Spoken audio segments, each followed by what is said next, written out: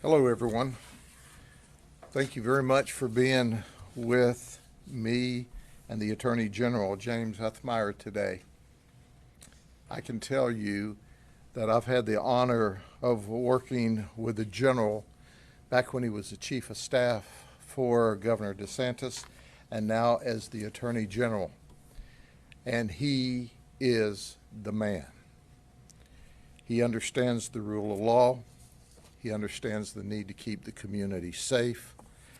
He and his team are just absolutely, totally outstanding. General, thank you for being here today and agreeing to do this press release with us. We're going to have speakers today. Of course, the General is going to speak as soon as I give a quick overview, and then Brad McVeigh, the statewide prosecutor. After that will be Vaden Pollard. He's the Deputy Commissioner for FDLE. And there'll be Rob Mateo, who is a retired detective from the Sheriff's Office, and he's currently the President of the Florida Gang Association. And then there's Christy Dolan from Department of Corrections. But let me talk about Hernando Thompson. He's 40 years of age. His nickname is T-Murda. Does that tell you anything? He is the head of the sex, money, murder gang for the state of Florida. So we did a wiretap. We called it Catch and Stain. Now stain is rank. And our goal was to take down the sex, money, murder hierarchy. And that's what we all did together. Statewide prosecutor, FDLE, the Sheriff's Office worked together, and we did this wiretap. This is the man at the top of the pyramid. Now, this T3, as we call it, or wire intercept, allowed us to seize 4,787 communications that talked about criminal conduct. In addition to that, we served 6 search warrants. We seized $1.5 million in drugs. We seized 18 firearms. We seized ballistic armor. We had one event where the suspects received permission up the chain of command to commit a murder and were after our victim to murder him. The only reason he was not murdered was because the victim got away from them during the middle of the night.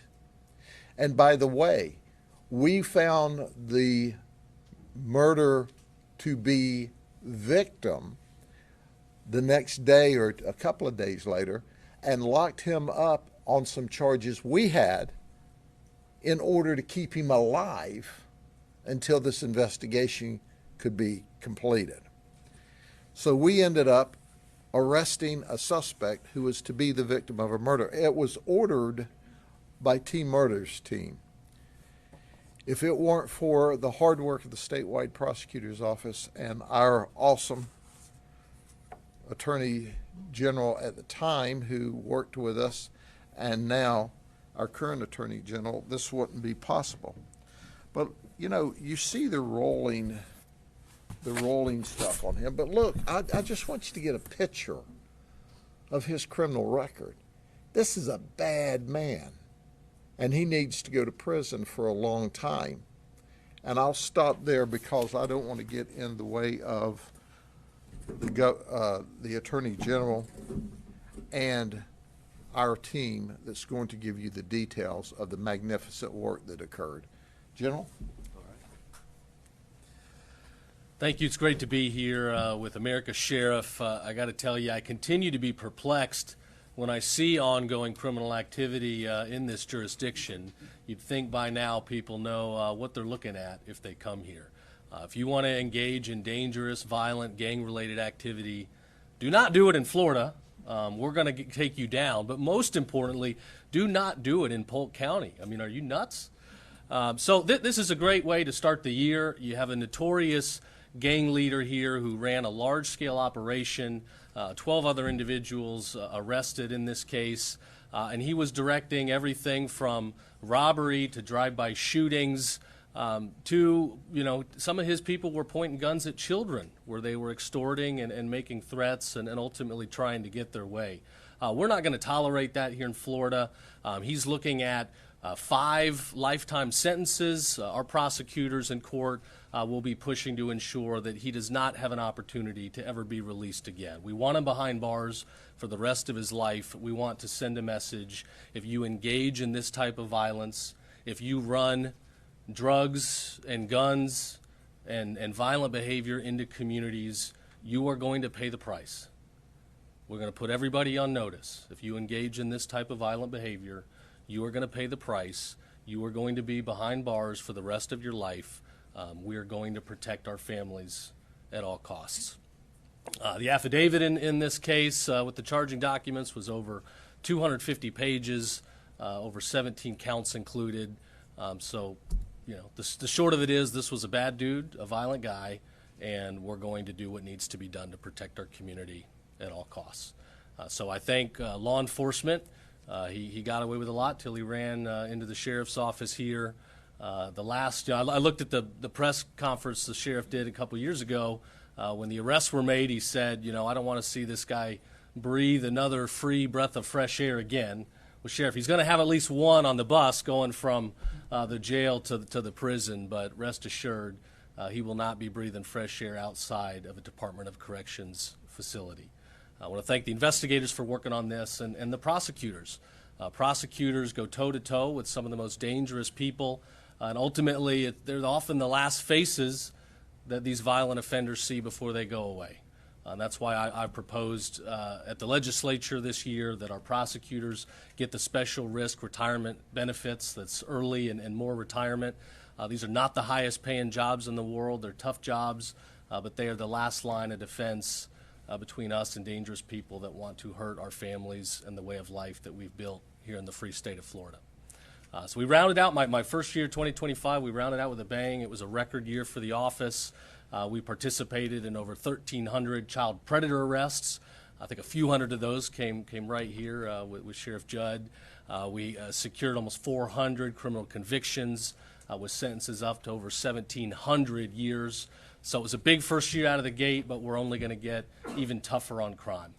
And it's no secret why Florida has record crime lows, over 50-year crime lows, and they continue to get lower because in Florida we've figured it out. We support law enforcement with everything we've got. We give them the tools to be successful. And then when they bring in the bad guys, we bring the heat, we lay down the law, and we put them away for as long as possible. We don't believe in early release, not in this state. So thanks for having me. It's an honor to be here. Support the sheriff's office, and we'll keep doing everything we can to keep this state safe. All right, thanks. Pull this out of the way. Yep. All right, thank you, General. I want to start off by thanking our law enforcement partners, Sheriff Judd and his team, the Department of Corrections, Florida Department of Law Enforcement, for their tremendous investigative work in this case, as well as our prosecutors who delivered a terrific presentation and case and were able to attain a much-needed conviction.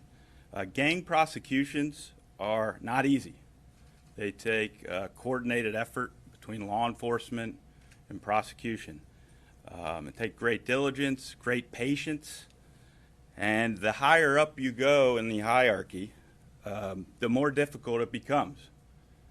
Defendants will oftentimes attempt to insulate themselves, which is exactly what happened here. This defendant orchestrated and directed a criminal operation that terrorized Floridians. Robberies, home invasion, burglaries, drug dealing, and this defendant, as the General State is now facing 5 potential life sentences. The state of Florida and this community are safer for this prosecution. When the Attorney General and the Sheriff say criminals should pack it up and find another state to operate in, this isn't a talking point. They're dead serious. The Office of Statewide Prosecution is tracking the Attorney General's priorities, protecting children, rooting out gangs, taking out drug, human, and sex traffickers. This prosecution of a high-level gang member reflects those priorities. So if you are a gang member, a sex predator, drug trafficker, and you happen to be listening to this press conference, unless you want to spend the rest of your life in a cage, I strongly encourage you to listen to the Attorney General and the Sheriff and relocate your operations from Florida. Thank you for having me.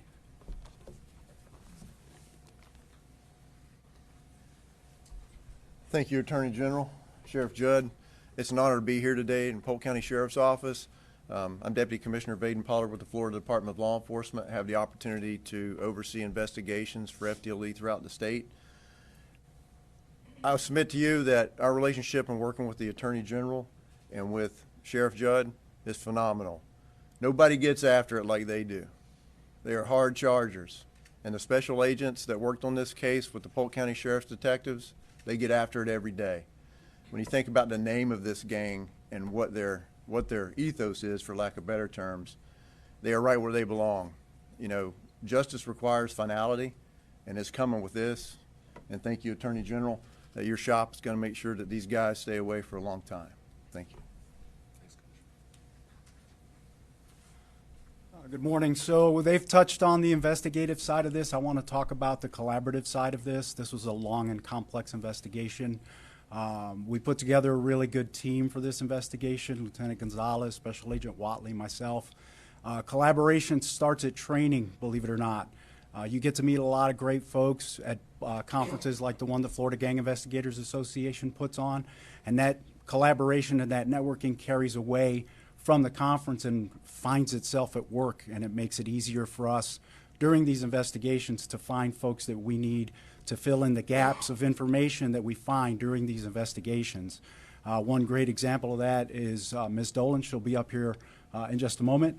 She and I worked quite a bit during this investigation to fill in a lot of those gaps, especially when we start talking about coded communications. So my appreciation goes out to the sheriff for letting us do this investigation. It was long and complex. The Attorney General's Office of Statewide Prosecution, Gary Malik, was our prosecutor that took us to the finish line. I appreciate them all very much. Thank you.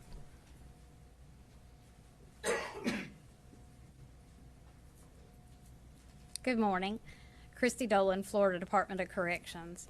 I'd just like to emphasize the critical role of interagency collaboration. This case is a perfect example of how cooperation across different levels of law enforcement is not just beneficial, but it's essential for effectively developing complex and multi-jurisdictional investigations. Our agencies work seamlessly together, combining resources, expertise to provide vital support and critical intelligence to the investigation. The strong relationships that we forged together allowed for the rapid and effective exchange of information, which was instrumental in the progression of the case and our overall mission success. FDC remains dedicated to supporting all of our law enforcement partners across the state to keep Florida safe. Thank you. Before we take questions, I want to highlight what Attorney General told us just a minute ago. In one of our home invasions in Eagle Lake, they pointed a gun at an 8-year-old boy and threatened him. And then they pointed the gun to the head of an infant, 3 months old, and threatened him. This is the kind of people these folks are. And as a result, I want you to look around here today. This is the entire authority and power of the state of Florida that came down on them. And make no mistake about it. If you want to abuse the people of this state, it's not just your local police department or your local sheriff's office. It's not just your prosecutor's office, but it's the Attorney General and statewide prosecution and FDLE. We all work together, and that's why we have the free state of Florida. That's why it's safe and people feel safe in Florida, because we don't put up with this. And I can tell you this, we ran through them like Sherman through Georgia, and we're on our way to run through another group of them right now. In fact, we're going to have a press release later on of another case we worked with FDLE that will really shock you. That's a teaser for the future. Any questions for the Attorney General?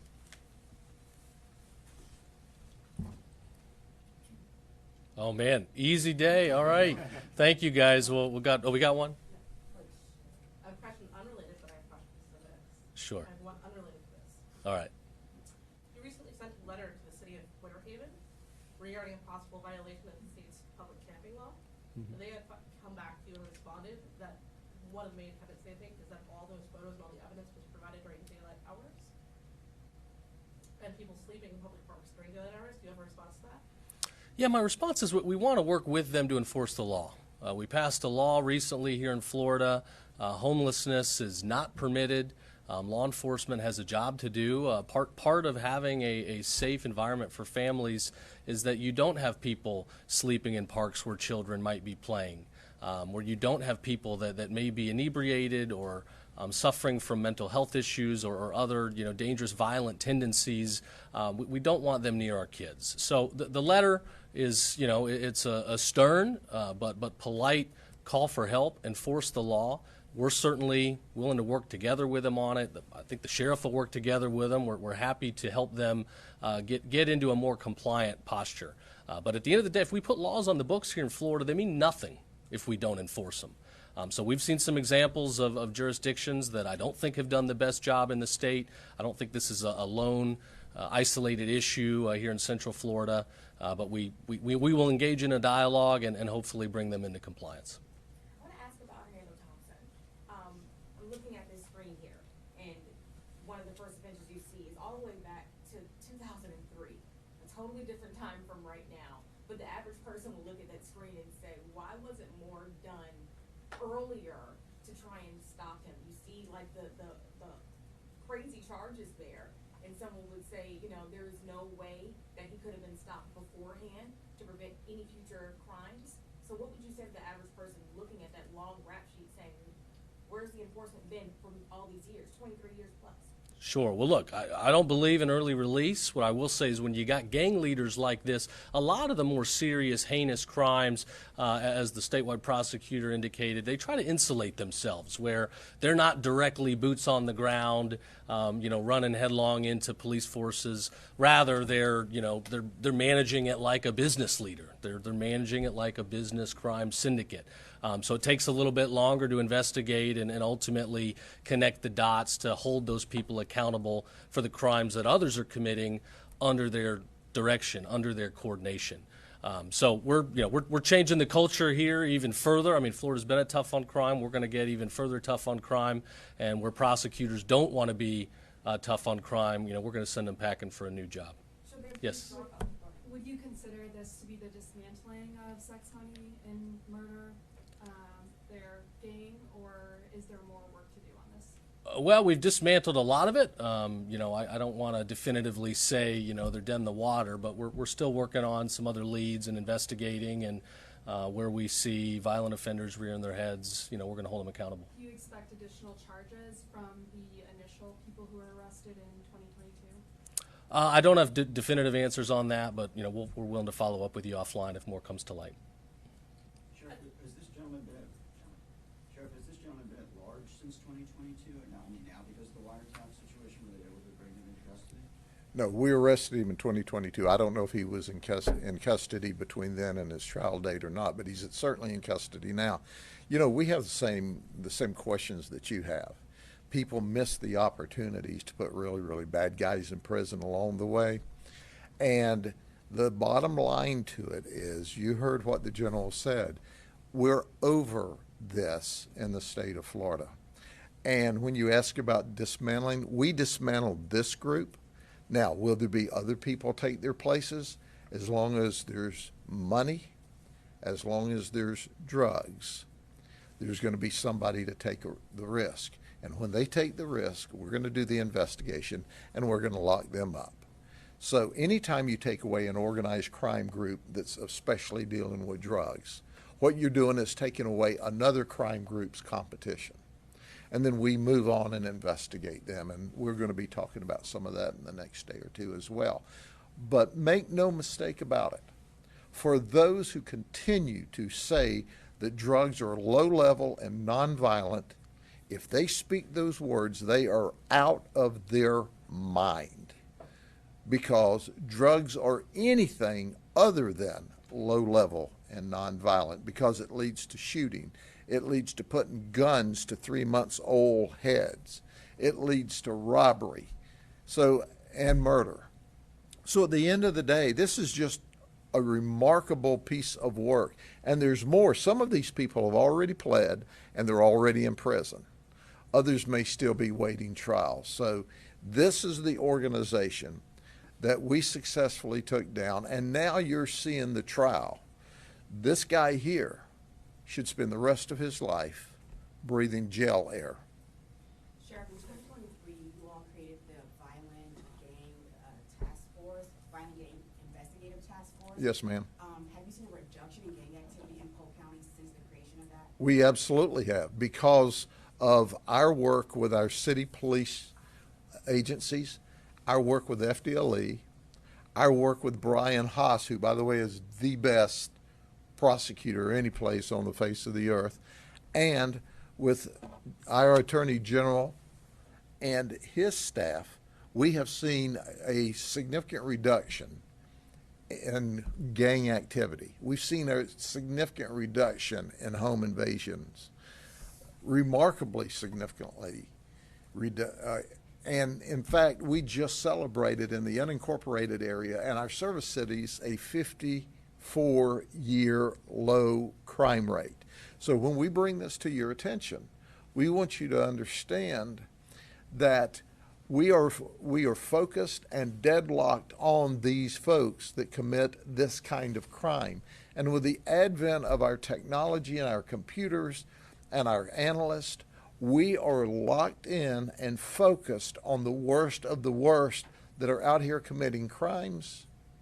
And if they're not in jail and prison now and facing the statewide prosecutor, or certainly the prosecutors of our state attorney, they will be. Speaking of technology, social media plays a big role in recruitment efforts. What sort of initiatives do you have to combat that?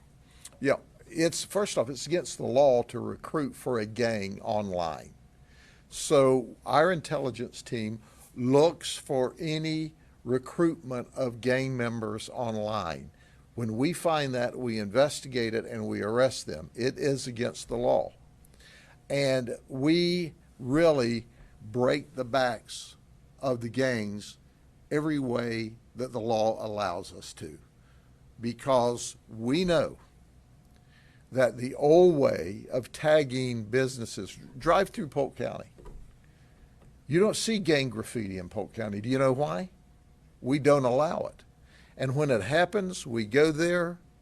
Rob Mateo was one of our experts. We would see what the communication was. We would paint it out.